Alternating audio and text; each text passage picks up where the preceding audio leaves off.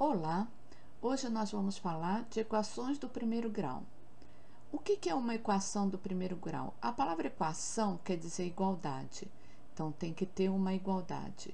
E do primeiro grau é que existe uma única incógnita x e o seu expoente está elevado a 1.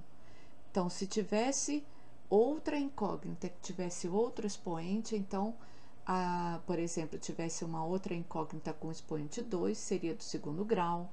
Se tivesse expoente 3, seria do terceiro grau. Então, aqui só tem uma incógnita, x, e o expoente é 1. Então, para resolver, você iguala essa equação a zero, e aqui o b está somando, ele passa para o outro lado subtraindo, e a intenção é achar o valor do x, da incógnita. O a está multiplicando, ele passa para o outro lado dividindo. Então, se a equação é ax mais b igual a zero, então a raiz, né, o resultado é x é igual a menos b sobre a. Vamos ver alguns exemplos. Então, 3x mais 5 igual a zero. Aqui está dizendo, determine no conjunto dos reais a raiz. Quando você iguala a zero, então você está achando a raiz. Então, o mais 5 está somando, ele passa para o outro lado, subtraindo. Então, 3x é igual a menos 5. O 3 está multiplicando, eu passo para o outro lado, dividindo. X é igual a menos 5 dividido por 3, menos com mais dá menos, então o menos vai para frente, x é igual a menos 5 terços. Então, a solução desse conjunto é menos 5 terços. É o único valor possível para x. 4x menos 1 igual a zero. Então, o menos 1 aqui está subtraindo, passa para o outro lado, somando. 4x é igual a 1. 0 mais 1, 1. O 4 está multiplicando, passa para o outro lado, dividindo. X é igual a 1 quarto. Solução, 1 quarto. Agora, eu tenho uma equação, olha, continua sendo sinal de igual, aonde tem x de um lado e de outro. Aí você fala assim, mas para ser uma equação do primeiro grau não tem que ser só uma incógnita? Na verdade, aqui vai ter só uma incógnita, depois da gente trabalhar um pouquinho. Então, aqui tem frações, a incógnita, que é única no caso, só tem expoente 1, então continua sendo uma equação do primeiro grau. Como tem fração, a primeira coisa que a gente faz é tirar um mínimo múltiplo comum entre os três denominadores, 2, 3 e 4. Como tem número par, a gente começa dividindo por 2, então vai dividir o 2 por 2, que dá 1, o 3 repete, o 4 por 2, que dá 2. Continua tendo número par, então aqui ó, vai repetir o 1 e o 3, e o 2 dividido por 1, que dá 2 dividido por 2, que dá 1.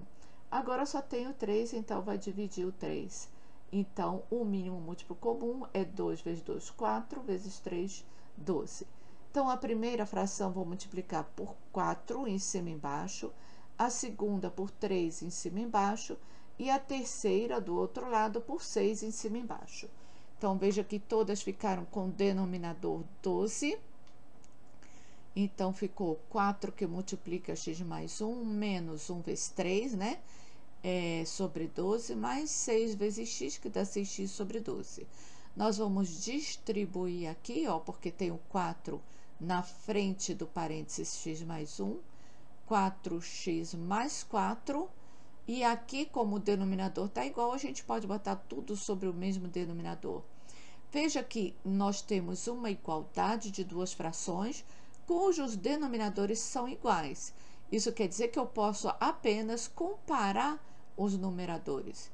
Então, 4x, 4 menos 3 dá 1, 4x mais 1 é igual a 6x. Então, agora, tudo que é x de um lado, tudo que não é x do outro, e aí vai aparecer uma incógnita apenas.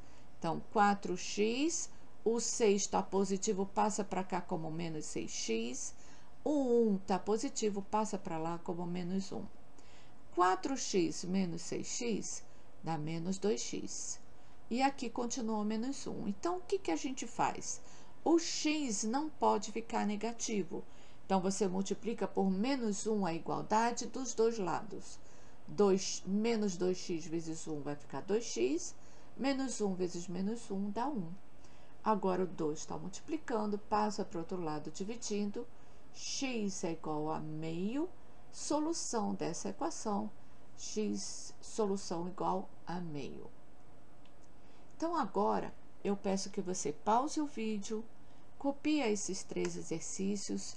Olha, todos eles são equações, né, que tem sinal de igual, e do primeiro grau, porque o x está elevado a 1. Então, você vai ter que, no caso do segundo e terceiro, fazer mínimo múltiplo comum.